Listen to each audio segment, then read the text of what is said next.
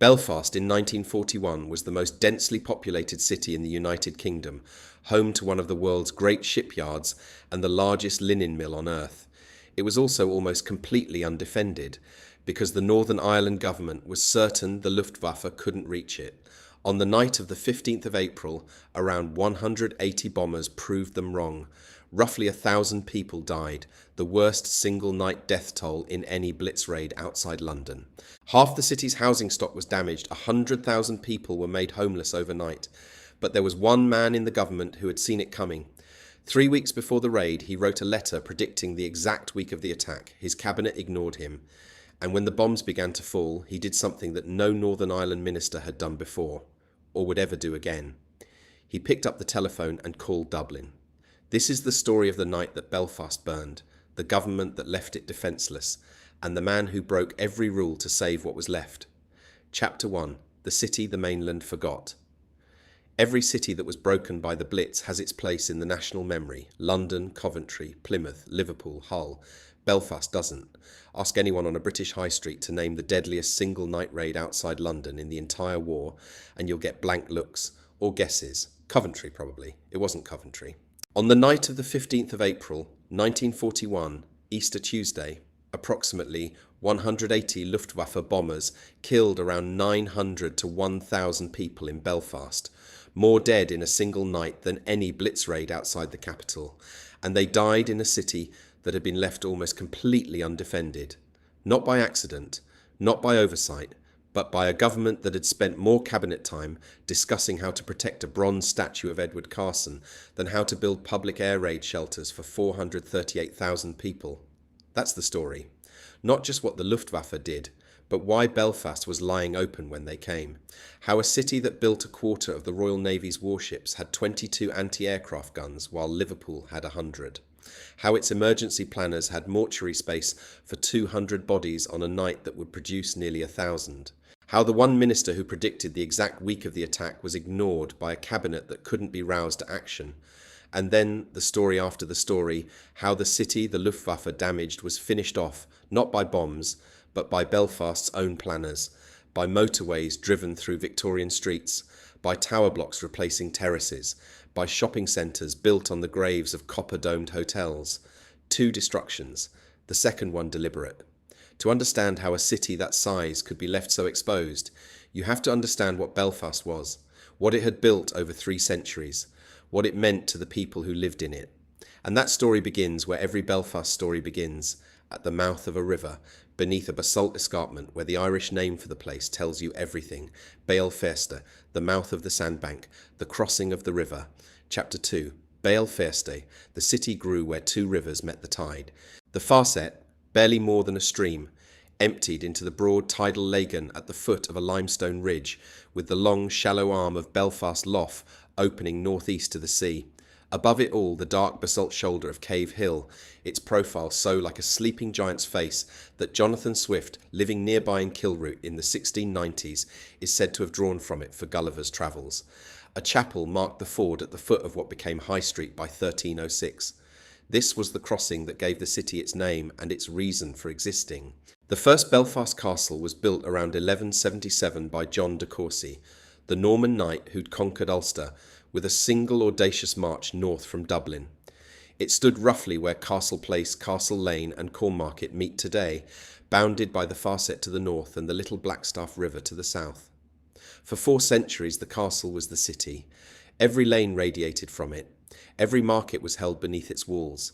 It was fought over by the O'Neills of Lower Clandeboy, the Earls of Kildare and the English crown, sacked and rebuilt, each time rising on the same foundations. Then came Chichester. Sir Arthur Chichester, a notoriously brutal Elizabethan commander, whose brother had been killed by the Macdonalds at Altfracken in 1597, was granted the castle and its lands in 1603. He rebuilt the ruin in brick and stone between 1610 and 1611, laid out gardens and groves of ash trees around it, and in 1613 Belfast was incorporated as a borough, a sovereign, and 12 burgesses, 2 MPs to the Irish Parliament. By 1685, the population stood at roughly 2,000, working in brick, rope, net and sailcloth. It was a small, useful, unremarkable plantation town on a tidal river. Its life centred entirely on the castle and the streets that clustered around it. And then, on Sunday, the 25th of April, 1708, the castle burned to the ground in the early hours, killing 3 of Chichester's descendants. The Donegal family decamped to their estate at Ormeau. The castle was never rebuilt on its original site. Belfast is one of the few cities in the British Isles whose founding castle simply vanished, destroyed in a single night, leaving 4 centuries of history surviving only as street names. Castle Place, Castle Lane, Castle Street, fossil names on a map of a city that had already learned 2 centuries before the Luftwaffe what it felt like to lose its centre overnight. What grew in the castle's absence was a mercantile town, laid out on the bones of the old castle gardens and the reclaimed mudflats of Maze Dock. William Montgomery, writing in 1689, described a great house belonging to my Lord Donegal, Lord Chichester, with very fine gardens and groves of ash trees. By 1752, Lord Masserine found the place in a ruinous condition, its houses very old, ruinous and unfit for habitation. Belfast in the early 18th century was a town in transition, the castle gone, the landlord absent, the old certainties dissolving, but the bones of something new were being laid down in the streets. High Street ran along the culverted Farset. Bridge Street crossed to the southern bank. Anne Street, the back of the green, named for Anne Lady Donegal, led east. Waring Street, North Street, Rosemary Street, Donegal Street. The grid that would define Belfast for the next 200 years was set down in the late 17th and early 18th centuries, each street named for a landlord, a patron, a wife. The cherry orchard where City Hall now stands was still an orchard then. The bowling green beside the castle gardens was still a bowling green. It wouldn't be for long. Something was about to happen to Belfast that would transform it from a modest Irish market town into one of the great industrial cities of the British Empire. And it began, as these things often do, with a single technical innovation in a single factory. Chapter 3, Linenopolis. In 1788, a modest classical building went up on the site of the old cherry orchard, the White Linen Hall, designed by Roger Mulholland, where Belfast's linen merchants could inspect and sell their cloth under one roof. The Belfast Reading Society moved into a room above the central arch in 1802, the seed of today's Linen Hall Library, which still stands on Donegal Square North, the oldest library in the city. That White Linen Hall was the marker of Belfast's first identity, a linen town, but linen in the 1780s was still a cottage industry, spun and woven in farmhouses across the Ulster countryside, brought to market by cart. The city itself was Georgian, modest, elegant in places, small. The Clifton Street poorhouse of 1774, the first Presbyterian meeting house in Rosemary Street of 1783, designed by Mulholland again, Belfast's oldest place of worship still in use, and the Belfast Academical Institution of 1814, whose original design owed something to Sir John Soane. These were the city's Georgian survivors, and they told you the scale of the place: comfortable, respectable, provincial. Then James Kay's wet spinning process reached Ulster, and Belfast detonated. The York Street Mill, opened in 1830 by the Mulholland family, was by 1856 claimed to be the largest linen mill in the world. By 1871, there were 78 mills in the Belfast region employing 43,000 workers, and up to 70% of that workforce was female, one of the highest rates of women's industrial employment in any city in the United Kingdom. The population trebled between 1841 and 1911, from roughly 70,000 to 385,000. Belfast didn't grow, it erupted. The linen came first, the ships came next. In 1858, a young Yorkshireman named Edward Harland bought a small ironworks on Queen's Island, a reclaimed sandbank in the Lagan, connected to the mainland by a narrow causeway.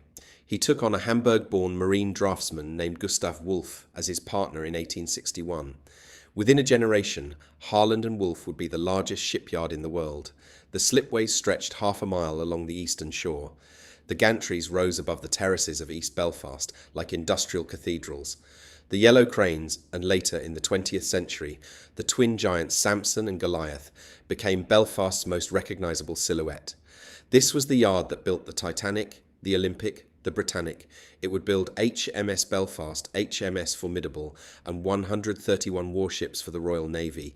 It employed by 1939 35,000 men, and as the city erupted, it built not just factories, but a civic architecture to match its ambitions. Sir Charles Lanyon's hand is everywhere in mid-Victorian Belfast. The Italianate Custom House of 1857, the Tudor Revival Lanyon Building at Queen's University in 1849, the conversion of the old assembly rooms into the Belfast Banking Company headquarters. W.J. Barr gave the city its Albert Memorial Clock in 1869, already leaning 1.25 metres off the vertical on its reclaimed land foundations, Belfast's own Pisa.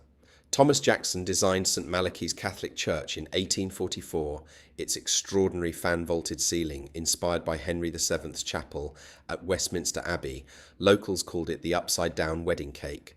The Ulster Hall went up in 1862, with its famous Mulholland organ. Frank Matcham, the greatest theatre architect in Britain, designed the Grand Opera House in 1895, an oriental fantasy of gilt, plasterwork and colour that survives to this day. Short Brothers arrived in 1936, establishing Short and Harland at Queen's Island, in partnership with Harland and Wolff, to build flying boats and heavy bombers. By 1939, the factory employed 20,000 workers producing the four-engined Stirling, the RAF's first purpose-built heavy bomber, alongside the Sunderland flying boat for Coastal Command's Atlantic patrols. The Belfast Ropeworks, sprawling across the eastern Lagan Bank, was the largest ropeworks in the world. Belfast in the late Victorian and Edwardian period wasn't just an industrial city, it was an industrial city that kept outgrowing its own superlatives. And then there was the Crown Liquor Saloon. The building had been a railway tavern since 1826, serving passengers from the Great Victoria Street terminus across the road. In 1885, Patrick Flanagan commissioned a refurbishment that turned a functional pub into something extraordinary. Mosaic floors, stained glass windows, carved woodwork, 10 private snugs with painted glass and working gas lamps, and tilework by Italian craftsmen who'd been brought to Belfast to decorate the city's Catholic churches, the sacred and the profane, built by the same hands. John Betjeman would later campaign to save it, and the National Trust would acquire it in 1978, their only pub. By the 1890s, Belfast's skyline was defined. The Grand Central Hotel opened on Royal Avenue in 1893, John Robb's design, 200 bedrooms, copper-domed, where Churchill would stay, and King Leopold of the Belgians, and later, in a different age, the Beatles and the Rolling Stones. Robinson and Cleaver's Royal Irish Linen Warehouse went up in 1888, its facade carved with the heads of Queen Victoria and the Maharajas who were supposedly among its clients. St George's Market, begun in 1890 and completed in 1896, was Belfast's last surviving Victorian covered market, and it survives still, the only one left. Then came the Crown. Belfast City Hall, Sir Alfred Brumwell Thomas's Portland stone Baroque Revival Palace, copper-domed at 173 feet, built between 1898 and 1906 at a cost of £369,000, replaced the demolished White Linen Hall on the exact spot where the cherry orchard had once stood. It was a statement of civic ambition almost without parallel in Ireland. Belfast was no longer a provincial linen town. It was the industrial capital of Ireland, and it wanted the world to know. By 1900, Belfast shipyards at Queen's Island were producing up to a quarter of total United Kingdom shipping tonnage. On the eve of the Great War, that share stood at close to 1/8 of world production. Harland and Wolff had launched the Titanic from these slipways in 1911. The Belfast Ropeworks, sprawling across the east bank of the Lagan, was the largest ropeworks in the world. This was not a city that thought small. The interwar years added a few final flourishes. The Royal Courts of Justice in 1933, and up on Cave Hill, above Bellevue Zoo, the Floral Hall, an Art Deco concert and dance hall built by Belfast Corporation in 1935, the only building of its style in Northern Ireland. Capacity, 1,000 dancers. Pink Floyd would play it in 1967, but by then the city it looked down upon would already be unrecognisable. Chapter 4, The Walk from Great Victoria Street. By 1939, Belfast was a city of approximately 438,000 people, the most densely populated city in the United Kingdom. It employed 35,000 men at Harland and Wolff, 20,000 at Short and Harland, about 3,500 at the Belfast Ropeworks, and tens of thousands more across the linen mills, the Sirocco Engineering Works, Mackey's Foundry, Gallagher's Tobacco Factory, and Inglis Bakery. It was a city that made things: ships, aircraft, rope, linen, bread. And its streets were shaped by the lives of the people who made them. Step off the train at Great Victoria Street Station on a Friday evening in 1939, and you'd step into the smell of coal smoke, hops, and the faint chemical tang of the linen mills carrying on the north wind. The Crown Liquor Saloon was the first thing you'd pass. Its mosaic entrance, the tiles and gas lamps and 10 carved snugs, unchanged since Flanagan's craftsmen finished their work in 1885, the stained glass windows glowing amber from the interior. Across the road, Matcham's Grand Opera House, its gilt and plaster interior visible through the foyer glass, the evening's programme posted in the frame. Turn left and walk north and you'd reach City Hall within 5 minutes, the copper dome greened by rain, the Portland stone luminous in the evening light, the Linen Hall Library in its Victorian warehouse directly opposite on Donegal Square North. Tram wires crossed overhead. The pavements were full. North from City Hall along Donegal Place was the prestige shopping spine of Ulster. Robinson and Cleaver's carved facade. Anderson and Macaulay's department store, Rob's.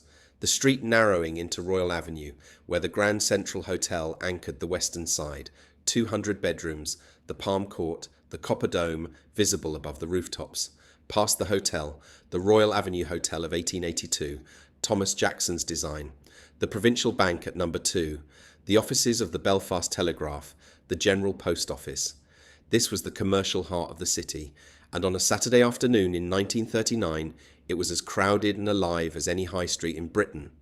Turn east off Royal Avenue into High Street, and the character shifted. This was the oldest artery, running along the culverted Farset, tracing the line the river had drawn 1,000 years before.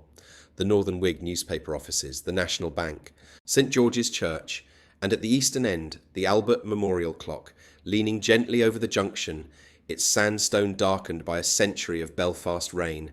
From the clock you could see down to the docks, the cranes of Harland and Wolff, the sheds of Short and Harland, the gasworks chimneys. North from the city centre, the York Street corridor was a different world. The colossal York Street spinning mill, still one of the largest linen factories on earth, dominated the streetscape. Beside it, the cooperative store with the Orpheus Ballroom on its upper floor, where hundreds danced on Saturday nights, the International Bar, the Midland Hotel. And beyond these, the densely packed terraces of the mill workers, 2 up, 2 down kitchen houses, brick-built, opening directly onto the pavement, where families of 6 or 8 lived in rooms you could cross in 4 strides. The Antrim Road ran northeast from the mill district into something more comfortable, merchant terraces, bay-windowed, with front gardens and tiled hallways, the middle-class spine of Protestant North Belfast. Duncairn Gardens branched off it into streets that mixed the two worlds. Respectable parlour houses on one side, Mill Row kitchen houses on the other, the Marrowbone and Ardoyne a few streets further west. Cliftonville, at the top of the road, was where the money lived, villas with views across the whole lough. All of it lay directly in the path that the bombers would take. The terraces ran in tight rows north and west of the mills, Hogarth Street off Duncairn Gardens, Burke Street between Annandale and Dawson Streets, the Warrens of the New Lodge, 20 houses on Burke Street, every house touching the next, backyards you could lean across, washing lines strung between walls, children in the street because there was nowhere else for them to be. These weren't picturesque. They were cramped, damp and overcrowded, but they were known. Every family knew every family. Every door was somebody's door. South of the city centre, the markets district clustered around Cromack Street and Mays Market, Inglis Bakery, the abattoirs, the stabling yards, the smell of flour and blood and hay carrying on the wind. Further west, Percy Street ran along the edge where the Shankill met the Falls, a pavement-width boundary between Protestant and Catholic, where the two communities shared a single street and, when the weather was fine, shared the corner. Further out, the two great working-class arteries defined Belfast's sectarian geography. The Shankill ran northwest, Protestant, orange, its terraces of red brick parlour houses threaded with gospel halls and lodges. The Falls ran parallel to the west, Catholic, nationalist, with Clonard Monastery at its heart, completed in 1911, its twin spires visible from both communities. Between them, the streets where the two traditions met, and on most days simply got on with the ordinary business of living. In the lower falls, a Victorian developer with a taste for the Mediterranean had named his streets Venice Street, Turin Street, Pisa Street, Genoa Street, Naples Street, a love letter to Italy written in red brick terraces and slate roofs. They were small streets, they were somebody's streets. East of the Lagan, the Newtownards Road and Ballymacarrat were the shipyard's hinterland. The men who built the warships of the Royal Navy walked home along Templemore Avenue to houses they could see from the slipways. The Ulster Hospital for Women and Children stood on Templemore Avenue. Ballymacarrat Library served a community that read. The Strand Public Elementary School educated their children.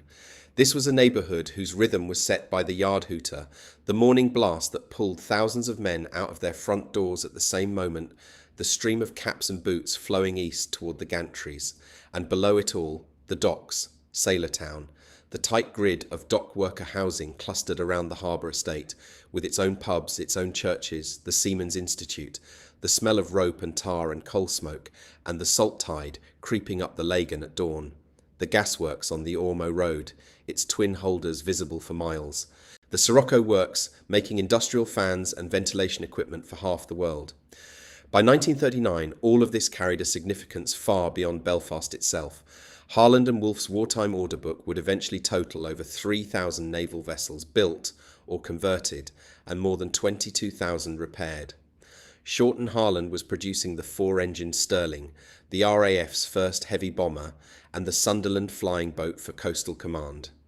The Belfast ropeworks supplied the cordage for the Atlantic convoys.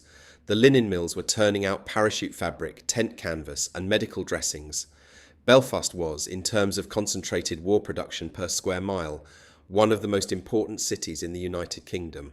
On a Saturday night, the city came alive in a different register. The dance halls drew thousands. The plaza on Chichester Street, the Floral Hall up on Cave Hill with its Art Deco curves and its views across the whole of Belfast, the Orpheus above the Co-op on York Street, Romano's on Queen Street, Maxim's and Caproni's over in Bangor for those who wanted the sea air with their foxtrot, the cinemas, the Classic, the Royal Hippodrome, the Imperial, the Curzon, the Gaiety ran double features and newsreels, and the queues stretched round the block on wet evenings. The pubs, the Crown, Kelly's Cellars on Bank Street, open since the 1720s, the Morning Star in Pottinger's Entry, the Garrick, filled from 6 o'clock with men whose hands were stained by rope, or linen dye, or the red oxide of the shipyard. On Sundays the bells of St Anne's Cathedral, St Malachy's, Clonard, and 100 parish churches and orange halls called the city to worship in their separate traditions, and the city obeyed. This was the city. Dense, industrial, divided by faith but united by the work of making things, loud on Saturday nights and quiet on Sunday mornings, its Victorian streets worn smooth by the feet of generations. It was not beautiful in the way that Bath or Edinburgh were beautiful. It was handsome and it was alive, and it was profoundly confident that it mattered. It produced a quarter of the United Kingdom's warships. It armed and clothed and carried the Empire's war effort. And it assumed, because its government told it to assume, that the enemy could not reach it. In the spring of 1941, it had less than 3 weeks left. Chapter 5. Ulster is ready. Lord Craigavon, James Craig, had been Prime Minister of Northern Ireland since the state's creation in 1921. By 1939, he was frail, ill, and given to pronouncements that bore no relationship to the facts. Ulster is ready when we get the word, he told Stormont in the autumn of 1939, and always will be. He died on the 24th of November, 1940. Belfast was not ready. It was not remotely ready. And the men Craigavon left behind were incapable of making it so. His successor, John Miller Andrews, was 70 years old. Andrews' own cabinet secretary, Sir Wilfrid Spender, described a government of ministers incapable of giving coherent directions on policy. But the real architect of Belfast's defencelessness was Richard Dawson Bates, the Minister of Home Affairs, who had, on Spender's testimony, simply refused to reply to army correspondence about civil defence. When Imperial defence experts informed Stormont in 1939 that Belfast was a very definite German objective, nothing was done outside the harbour estate. The assumption was distance. German bombers couldn't reach Belfast. It was too far. That judgment had been settled in 1939, and it was invalidated overnight by the fall of France in June 1940. With Luftwaffe airfields now at Amiens, Évreux and Vannes, Belfast was comfortably inside the operational range of a Heinkel 111. But the assumption held, because it was convenient, and because correcting it would have required the kind of urgent action that Andrews's cabinet was constitutionally unable to take. The minutes of Stormont cabinet meetings from late 1940 are remarkable documents. They record detailed discussion of how to protect the bronze statue of Sir Edward Carson outside Parliament buildings. They record debate about the protocol for official entertaining.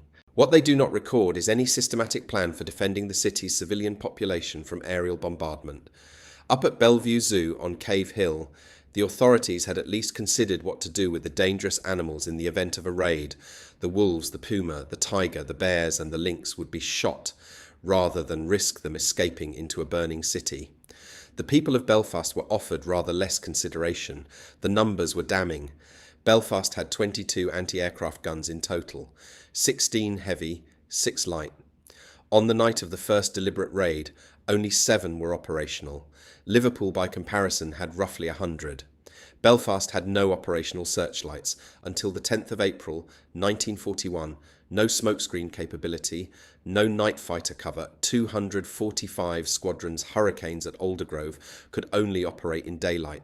When the bombers came, not a single RAF aircraft took to the air, and the shelters. Belfast had approximately 200 public air raid shelters for a city of 438,000 people.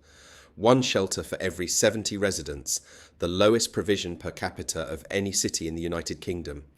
Most were clustered in the harbour estate, miles from the residential terraces where the majority of Belfast's population lived. Around 4,000 private Anderson shelters had been distributed, but Belfast sits on a high water table. Dig down 3 feet and you hit water. The Anderson shelters flooded. Families who'd been told to shelter in their gardens found themselves standing in 2 feet of brown water. The mortuary services had capacity for 200 bodies. The city's emergency housing plan could accommodate 10,000 displaced people. On the night of the 15th of April, approximately 100,000 would need shelter. Plans to evacuate Belfast children had collapsed. Of roughly 70,000 schoolchildren eligible for evacuation, only about 1,700 turned up on the rescheduled departure day in August 1940. The rest stayed. Their parents didn't believe it would happen here.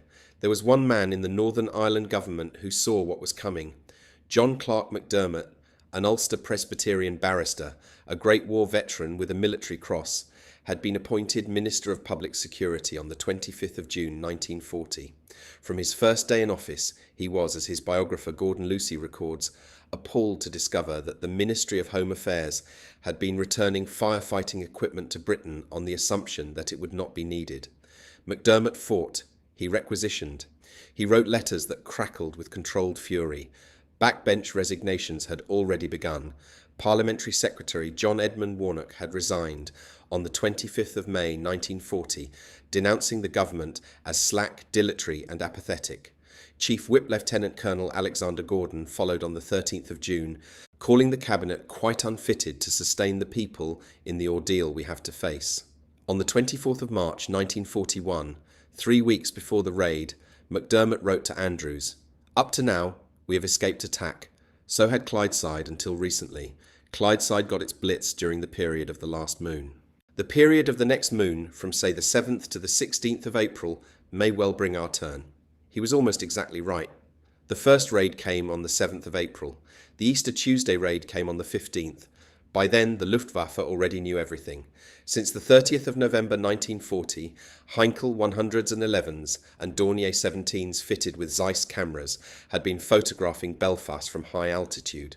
Target folders recovered at Gatow Airfield after the war marked Harland and Wolf, Short and Harland, the gasworks, the ropeworks, the Parliament buildings and City Hall.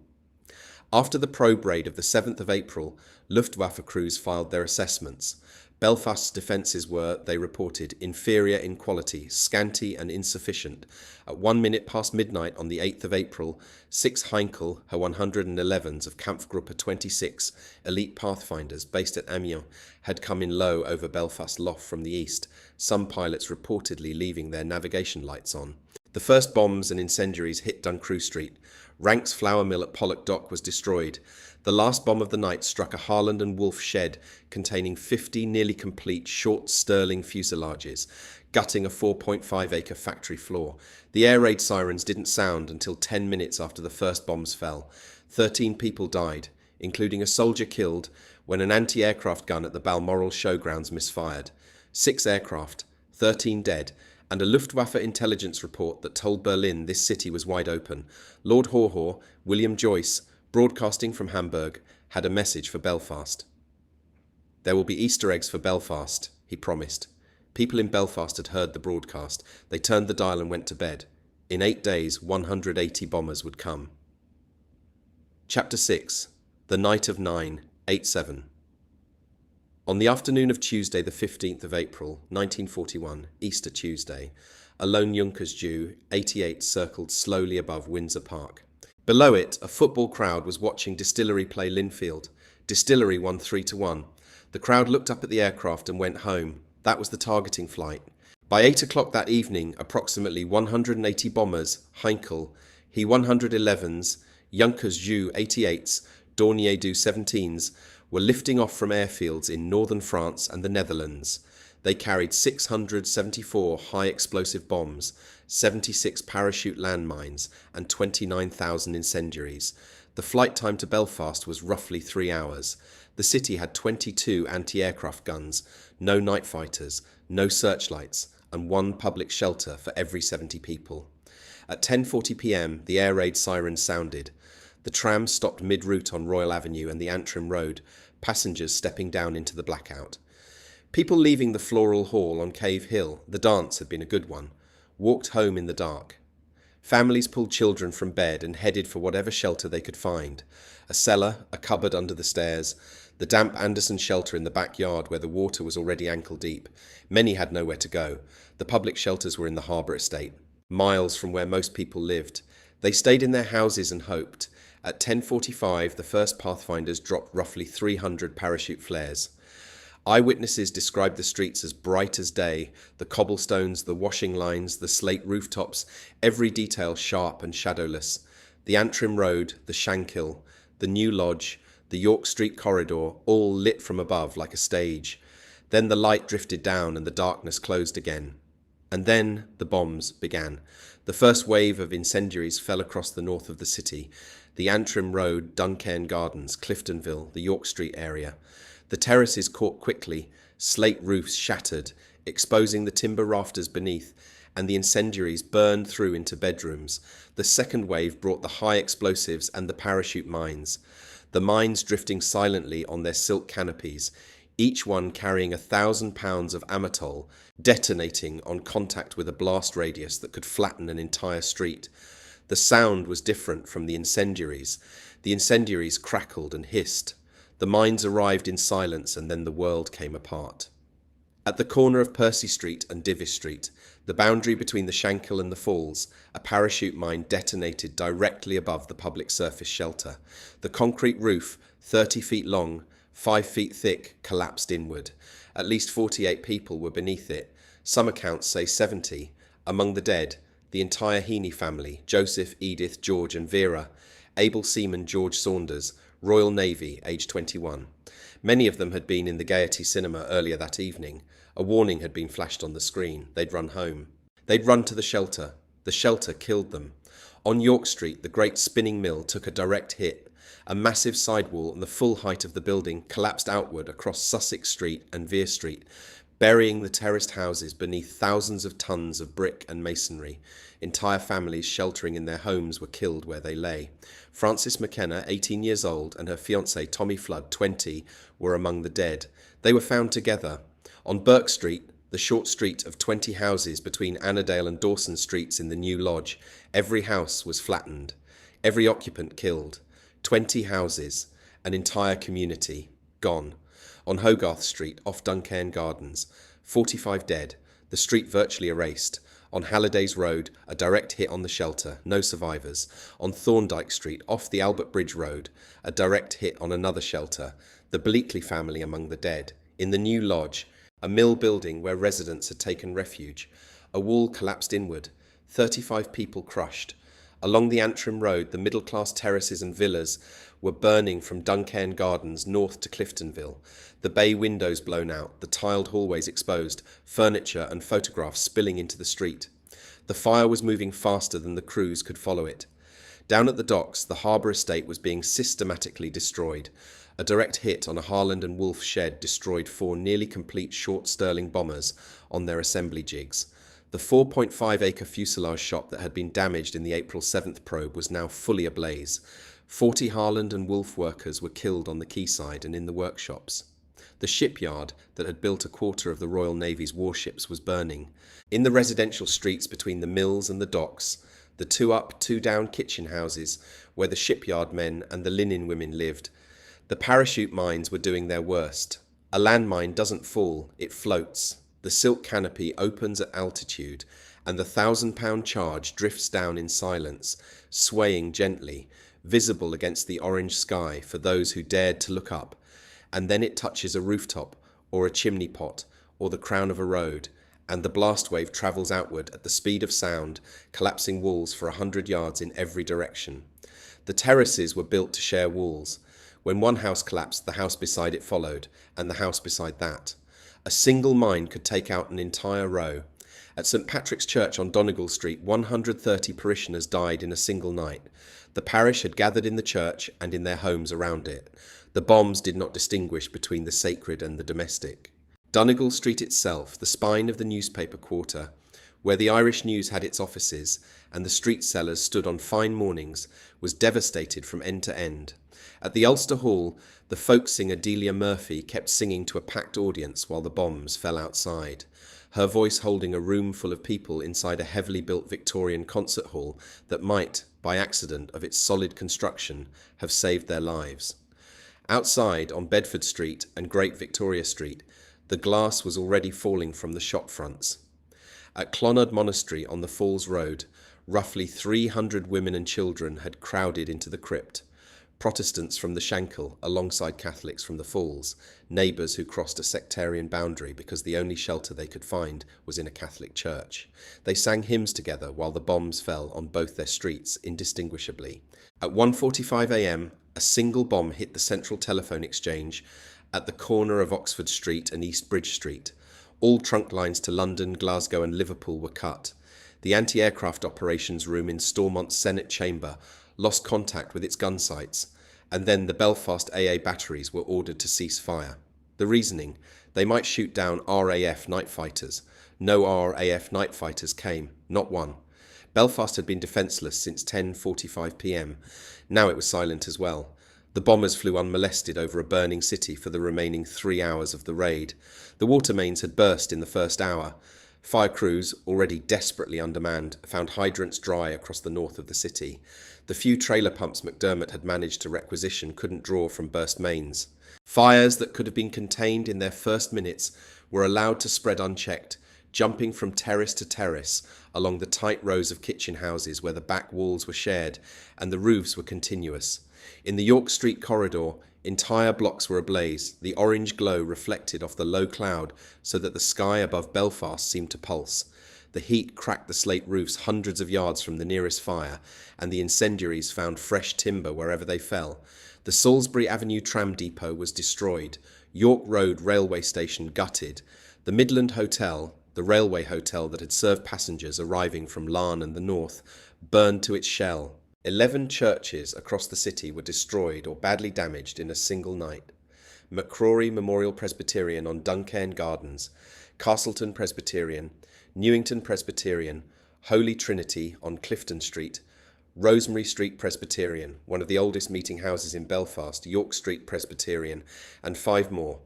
The Strand Public Elementary School, where children from the dock streets had been taught that morning, was destroyed.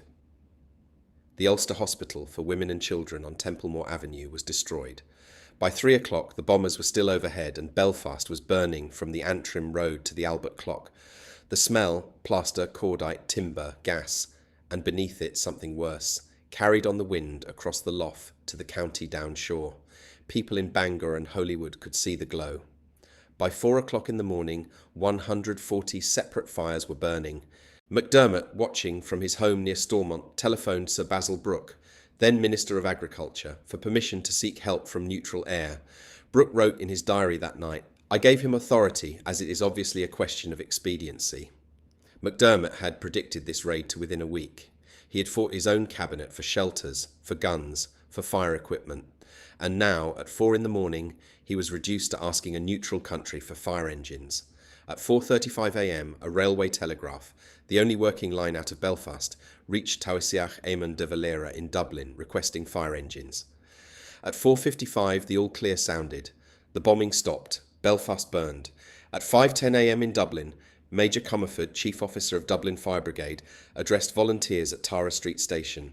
71 firemen and 13 fire tenders from Dublin, Dunlaughair, Drogheda and Dundalk, neutral Irishmen from a neutral country with no obligation to help a city in a state their government did not recognise, climbed into open-topped vehicles and drove north at 60 miles an hour through the pre-dawn darkness, drivers swapping the steering wheel hand by hand to keep their fingers warm in the open cabs. They were escorted across the border at Killeen by the RUC. They reached Belfast by 10 o'clock that morning, found a city still burning, and fought fires for 3 days. One Belfast woman, half delirious with shock, reportedly believed the blast had carried her all the way to Dublin when she saw the southern fire engines arrive. The dead lay where they had fallen. The city's mortuary plans had been drawn up for 200 bodies. In fact, 150 corpses were laid out in the Falls Road public baths, the public swimming pool, drained and converted overnight into a mortuary, 123 of them unidentified. Another 255 were taken to St George's Market, the covered Victorian market where, 2 days before, women had been buying vegetables. Identification was guesswork. A rosary in a pocket, and the body went to Milltown Cemetery. No rosary, and it went to the city cemetery. Mass graves were dug at both. Coffins ran out. Bodies were wrapped in sheets. The identification of the dead would haunt Belfast for decades. Families who never knew where their people were buried. Parents who identified children by their shoes.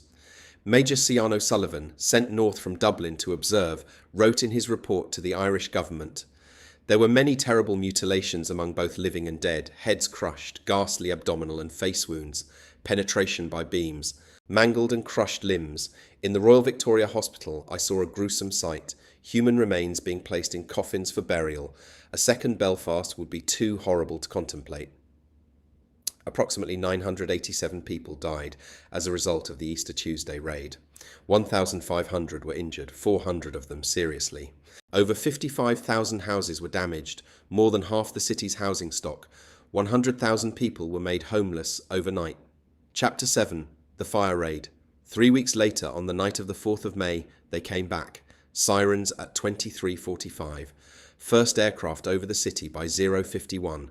This time there were 204 bombers, more than Easter Tuesday, attacking from between 9,000 and 13,000 feet. They dropped 203 metric tons of high explosive bombs, 80 parachute mines, and 800 firebomb canisters containing 96,000 incendiaries. The defences had been marginally strengthened. 28 anti-aircraft guns now, plus searchlights. It was not enough. The targets this time were the harbour estate and the city centre. The Luftwaffe had studied what the Easter Tuesday raid had missed and came back for the industrial infrastructure. Harland and Wolff's boiler shop was destroyed. 40 workers killed on the night shift. A transport ship sunk at the quay. 3 Royal Navy corvettes burned out in dry dock. 2/3 of the yard's workshops devastated.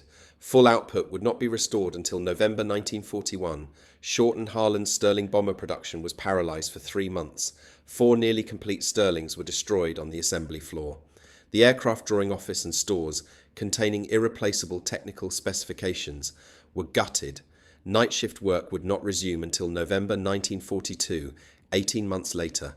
The Belfast rope works caught fire and was still burning 24 hours later.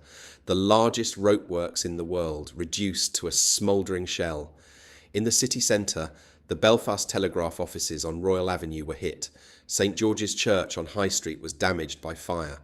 The banqueting hall of City Hall, Brumwell Thomas's Portland Stone Palace, the pride of Edwardian Belfast, was gutted. The roof collapsed.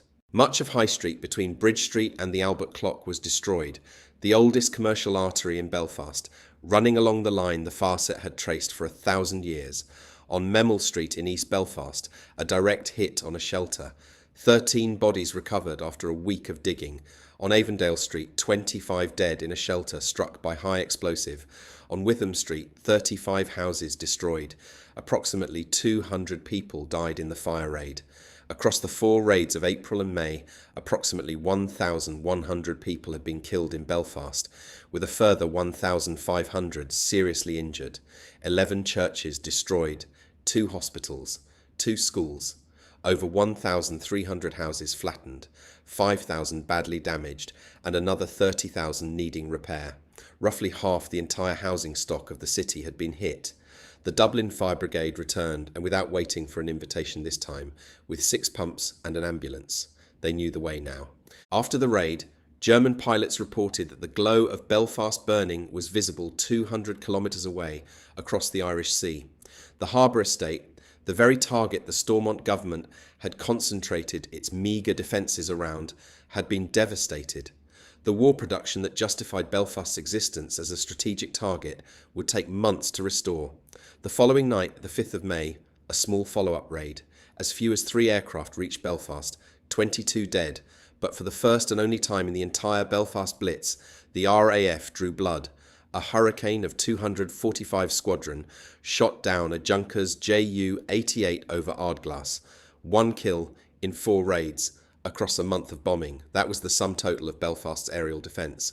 Across all 4 raids, the anti-aircraft response had been negligible. On Easter Tuesday, Rear Admiral Richard King in the docks had reprimanded ships' crews for wasting ammunition by firing 840 rounds at the bombers in a city where the anti-aircraft batteries had been ordered to stop shooting. The entire RAF response across the campaign, 0 aircraft on the 7th of April, 0 on the 15th, minimal on the 4th of May, 1 kill on the 5th. Belfast had been bombed for a month, and its defences had achieved almost nothing. Adolf Hitler personally ordered Belfast not to be mentioned again on German radio, reportedly fearing that De Valera's outrage might tip neutral Ireland and the powerful Irish-American lobby toward the Allies. The Luftwaffe had destroyed a city and created a diplomatic problem at the same time. Chapter 8. Ditching from the morning of the 16th of April onward, Belfast emptied. The people who emerged from their shelters, their cellars, their cupboards under the stairs, walked out into a city they couldn't recognise. Entire streets had been replaced by rubble. The smell was plaster dust, cordite, gas from broken mains, and the sweet acrid stench of burning timber that would hang over the north of the city for days. Walls stood with no houses behind them, wallpaper exposed, a picture still hanging, a fireplace suspended in mid-air. On York Street, the dust was so thick it coated everything grey, clothes, skin, the faces of the living and the dead alike. Glass crunched underfoot on every pavement. Water from burst mains ran in the gutters. In some streets, the rubble was piled higher than a man could reach. Between 100,000 and 220,000 people, at least a quarter, and possibly close to half of the city's entire population, fled, by car, by bus, by bicycle, on foot. They walked out along the arterial roads, the Antrim Road, the Falls Road, the Lisbon Road, the New Townards Road, and kept walking until they reached open country. They slept under hedges, in ditches, in barns, in the fields, above Hannestown and Divis Mountain. They became known as ditchers, because at the slightest siren they would leave the city and sleep in a sher. Families who had nothing left to lose carried what they could, a blanket, a coat, a photograph, and walked. Families who still had houses intact walked beside them, because the houses meant nothing if the bombers came again.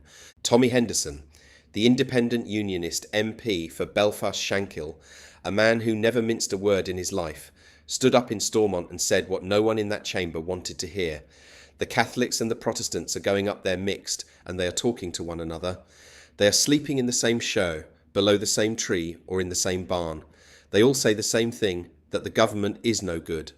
It was the most devastating indictment of the Andrews government that anyone had delivered, and it came from a unionist, speaking about his own constituents.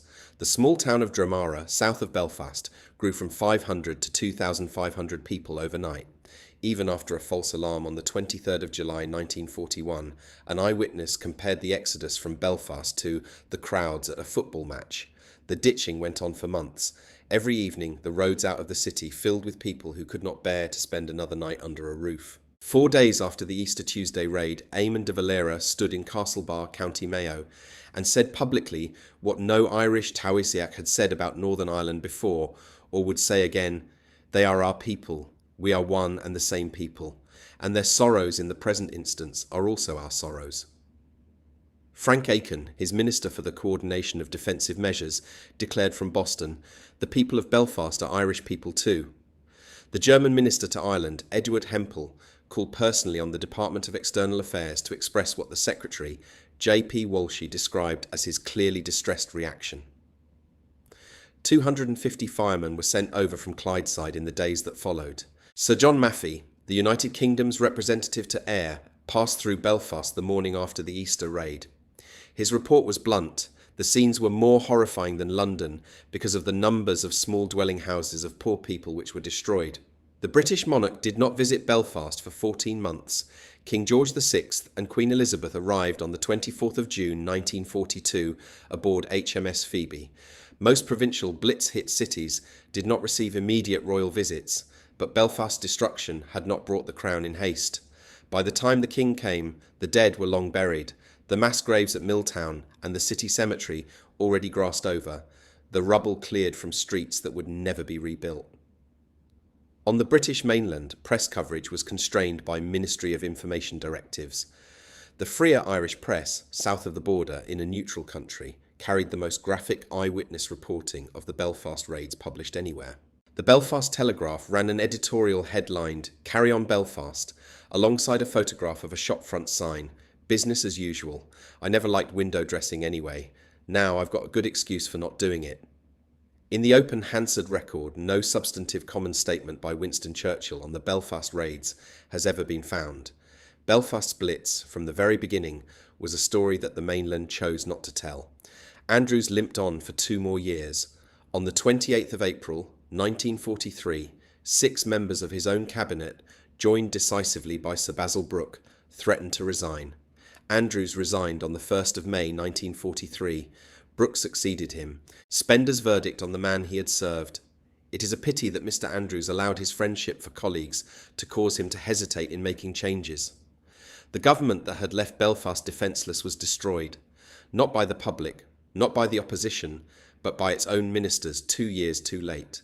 Robert Fisk, writing in 1983, offered a different epitaph, not for Andrews, but for MacDermott. On that night in April 1941, MacDermott had done something that no Northern Ireland government minister had done for his province before, or would ever do again. He called Dublin and asked for help. Chapter 9. The Plan. The Luftwaffe started the destruction.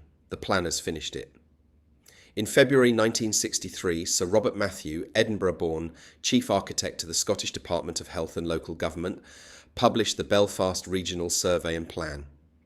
It was the foundational document of post-war Belfast, and it would do more cumulative damage to the city's historic fabric than the 4 nights of bombing combined. Matthew proposed a stop line capping the city's growth, a series of new towns to absorb the overflow population, the largest, with grim irony, named Craigavon after the Prime Minister who'd left Belfast defenceless, a Belfast urban motorway ringing the city centre, and wholesale slum clearance of the inner city Victorian terraces. The new town of Craigavon was to absorb 100,000 people from Belfast's cleared streets. In the event, it would never reach even a third of that target. A concrete town built for a population that largely refused to come, named after a man whose negligence had made the clearances necessary in the first place. The clearances began with the terraces of the Lower Falls, the New Lodge, and the streets behind the Shankill, precisely the areas that had suffered most in 1941. The reasoning was circular. The Blitz had already damaged these neighbourhoods, so they were designated as blighted.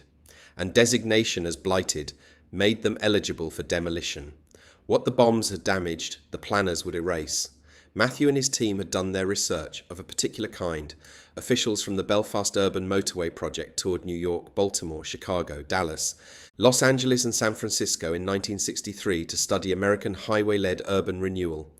Robert Moses's Cross Bronx Expressway was the unspoken model, the road that had gutted the South Bronx and displaced tens of thousands of working-class families.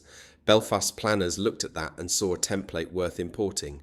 The 1967 Belfast urban motorway proposals operationalised Matthew's vision.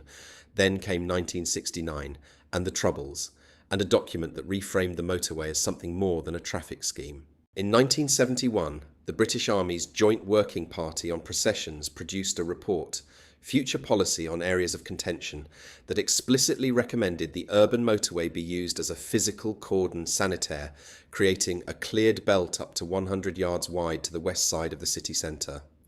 The road would separate Catholic West Belfast from the commercial centre, infrastructure as partition, a motorway as a peace wall. The West Link, the M1/M2 connector, was finally opened in phases between 1981 and 1983. It drove a 4 to 6 lane canyon through the historic Lower Falls and the streets behind the Shankill, demolishing entire Victorian terraces that had survived 1941, Venice Street, Turin Street, Pisa Street, Genoa Street, Naples Street. That Victorian developer's love letter to Italy, written in red brick and slate, was bulldozed for a motorway. Cullingtree Road's terraces went. The Royal Irish Distillery on Distillery Street, which had given the street its name and had operated since the 19th century, was demolished. The first phase alone displaced at least 500 families. The Lower Falls Residents Committee and the Save the Shankill campaign organised resistance, petitions, protests, deputations to Stormont. The road went through. It was widened again between 2006 and 2009. The West Link did not merely demolish streets, it severed communities. The Lower Falls was cut off from the city centre by a canyon of traffic. The Shankill lost its southern edge. Streets that had been connected for 2 centuries, where people walked to work, walked to the shops, walked to church, were separated by a barrier as effective as any peace wall. The motorway did what the Troubles had not managed. It made the division permanent, poured in concrete. What the motorway didn't take, the Troubles did. The IRA bombing campaign, the Abercorn restaurant on Castle Lane in March 1972, 2 dead and 140 injured. Bloody Friday on the 21st of July 1972, 22 bombs detonated across Belfast in 80 minutes, 9 dead, 130 injured, devastated the commercial centre. The ring of steel security cordon closed off the city centre to vehicles from 1972, turning Royal Avenue and Donegal Place into a checkpoint zone where every shopper was searched. The shops that the Blitz hadn't touched began to close, not from bomb damage, but from the slow strangulation of customers who stopped coming because the journey was too difficult and the searches too humiliating. Insurance write-offs and dereliction followed. Premises that had traded continuously since the Victorian era were boarded up, and once boarded up, they were never reopened. The Grand Central Hotel on Royal Avenue, copper-domed 200 bedrooms, host to Churchill and the Beatles, was requisitioned as a British Army base in 1972. It was attacked over 150 times. It was demolished around 1985 to make way for Castle Court Shopping Centre. The General Post Office on Royal Avenue was demolished alongside it. The Royal Avenue Hotel, Thomas Jackson's 1882 design, was destroyed by accidental fire in 1984 and pulled down. The original Smithfield Market was firebombed in IRA incendiary attacks in 1974 and never rebuilt on its site. On the 4th of December 1971, a Loyalist bomb killed 15 people at McGurk's Bar on the corner of North Queen Street and Great George's Street, the deadliest single bomb attack in Belfast during the Troubles. The site was demolished in the aftermath and never rebuilt. Its foundations lie beneath the West Link overpass. The bar where 15 people were drinking on a Saturday evening is a slip road now. A plaque marks the spot. Most drivers pass it at 40 miles an hour. In the mid-1960s, on the cleared Lower Falls, where the Italian-named streets had stood, the Divis Flats complex went up. Divis Tower, 20 stories, plus 12 8-story terrace flats. It was designed to house the communities that had been cleared from the streets below. In practice, it became the most hated housing development in Belfast almost from the day it opened. Damp in every season, windswept on the walkways, its stairwells unlit and quickly dangerous, its concrete already staining grey before the last block was finished. The women who had walked to the corner shop on Venice Street now took a lift to a corridor in the sky. The community that had existed at street level, the neighbours known by name, the doors you could knock on, was stacked vertically, and in the stacking it ceased to be a community. Progressive demolition began in the late 1980s after a sustained public outcry. Only Divis Tower survived, its roof occupied by a British Army observation post from 1971 until 2005, a military installation perched on top of a civilian building. In the new lodge, the 7 towers replaced the bombed-out terraces of Burke Street and Hogarth Street with vertical estates that bore no relationship to the streets they had erased. The losses accumulated across 3 decades. The Midland Hotel, Blitz damaged, rebuilt, then demolished in 2017 for the Ulster University campus. The York Street Mill site, never rebuilt as a mill, absorbed into the Westlink interchange. Whole stretches of Donegal Street, North Street and the streets around Smithfield lost piecemeal to dereliction, commercial bombing and insurance write-offs, until the gaps between the surviving buildings were wider than the buildings themselves.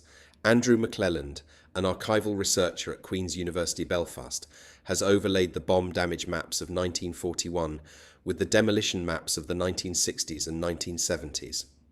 The result is stark.